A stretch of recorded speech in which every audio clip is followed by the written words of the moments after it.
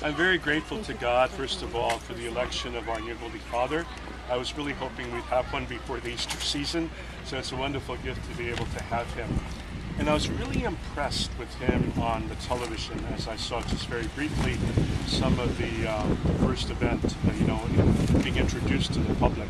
And also his choice of the name Francis, I think really indicates for us kind of a new era in our church. And I think because Francis was one of the greatest saints of our church, and certainly a man who walked with the poor and served the poor and was very humble about that. I think this Holy Father will be the same from what I hear about him in Argentina. He lives a life that's very simple, very humble. He's very open to the people and receptive to them. So I think that's something that we need at this particular time in our church, and I hope that he will model that for all of us. How do you think he's going to lead the church? Well, I think he's going to look first at the priorities. The Cardinals were meeting, for several days before the conclave began, and so they had some ideas already what they had to look at as the priorities for the church in this near future. So I think they already know. They probably gave him a list today of the things that he should look at. A lot of things about the administration, I think, that need some repair and some healing. Tell me a little bit about what it was like when they announced his name, sort of like the sigh of relief from the community, from the church, from everyone who was waiting for the announcement. Right. Well, first of all, I'm glad they got the smoke right. Remember last time they got some smoke and came out gray. They weren't quite sure whether we had a pope or not. But at least this time they came out white, so it indicated that yes, we did have a pope. I'm very pleased with that. I think everyone was waiting because it took quite a while after they said that there was a pope. There was the smoke had gone up, and then by the time, but apparently he was praying, and probably they have to get the cassock right and to fit right and to make him look great, and he did, and he looked very humble, and I really appreciated that. That was a beautiful thing. The significance, importance of having a pope from Argentina, Latin America, how it applies to Catholics here. I think it's wonderful. We have a very large Hispanic community, as you know, in our own diocese, and all the people that you serve as we serve. And certainly throughout the United States now, we have a growing number of people from South America, Latin America, Central America.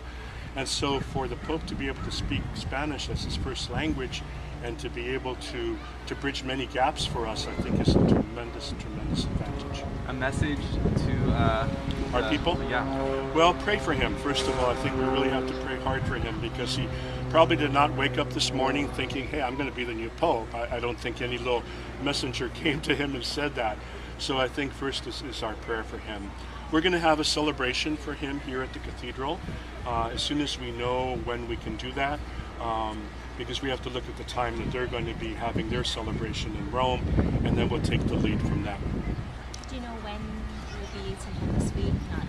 Well, normally it's the Sunday after the election takes place, but because this is a Sunday in Lent, we're not sure that it's going to be this Sunday. We have to wait to hear from Rome and then plan our own arrangements here together with the cathedral staff. An exciting day, I'm sure. It is. It's just a wonderful day, I think, for all of us. And I think we're all very grateful for Benedict's life. He has given us so much in a short time. But he is also a great scholar, and I think he can go back to writing, and he enjoys that very much. So it's nice to see that. That was also a very humble moment when he said, I really need to step down.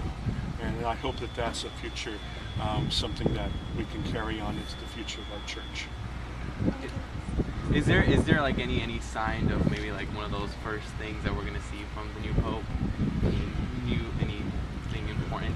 Well, certain things he has to do right away because we have Holy Week coming. So he's going to be very present to the people of Rome. And I thought an interesting thing too in his comments today, he saw himself as the Bishop of Rome first, not as the Pope of the Universal Church. So it indicates to me at least that he's going to be spending a lot of time with the people of Rome, getting to know them as his immediate diocese. So Argentina is probably really excited and really happy. Oh, they're probably very happy. We have a sister on our staff from Argentina, and I called her. She didn't know him at all, but had heard wonderful things about him. So it's a blessing for all of us. Thank you very much for this. Thank you. Thank you so much.